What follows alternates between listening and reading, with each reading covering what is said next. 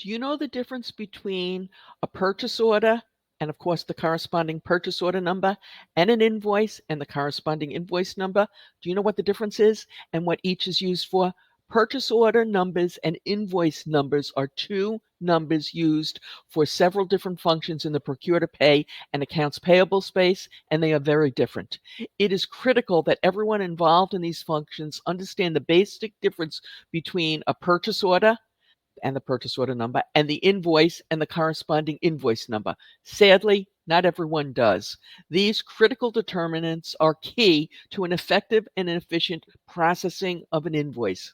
Purchase orders without PO numbers, as we sometimes call them, and invoices without invoice numbers are not acceptable in even a basic accounts payable function or an accounting function. You need both. Make sure you stick around until the end when we share one invoice number dilemma many might not even be aware that exists today.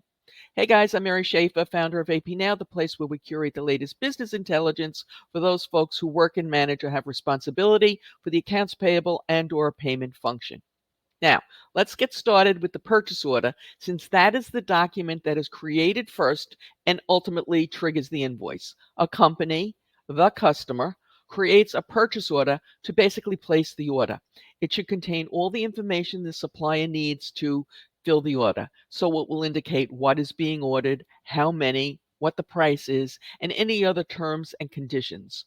Once it is accepted, the supplier fulfills the order, ships the goods, and then creates an invoice to bill the customer and hopefully get paid. This is where the purchase order number and the invoice number come into play. In most organizations of any size, the company will have many orders. The way they differentiate one from the next is the purchase order number, which is frequently referred to as PO number. This identifier helps them locate the order and the details related to that order, as well as identify who placed the order if there's a problem or for other reasons. Hence, it is critical that when a supplier creates an invoice to bill the customer for goods sent, they include that purchase order number on the invoice. This helps the accounts payable person identify who they should go to get the invoice approved for payment.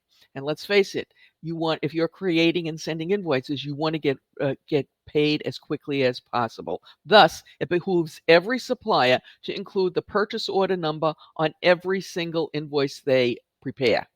While this may seem pretty obvious, you'd be surprised just how many invoices are sent without a PO number on them. I'll include a link in the description which describes how you can completely eliminate this problem. And I have to tell you, it's pretty rare that I say you can completely eliminate a problem in accounts payable, but I've got the proof here, and that's in that video. So when you finish watching this, you can click on that, or I hope you will if you looking to completely eliminate this problem in your organization. Okay, now let's move on. Invoices, on the other hand, are a fancy way of saying bills.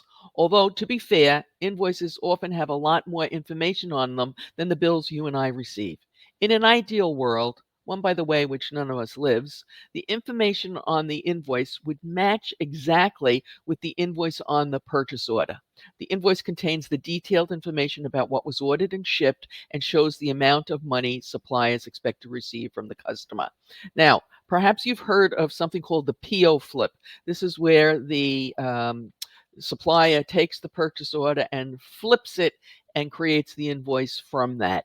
That again assumes that everything goes perfectly, and we don't see that happening that frequently. So we will have to deal with the possibility, the very likely possibility, that some of our invoices are not going to match the purchase order.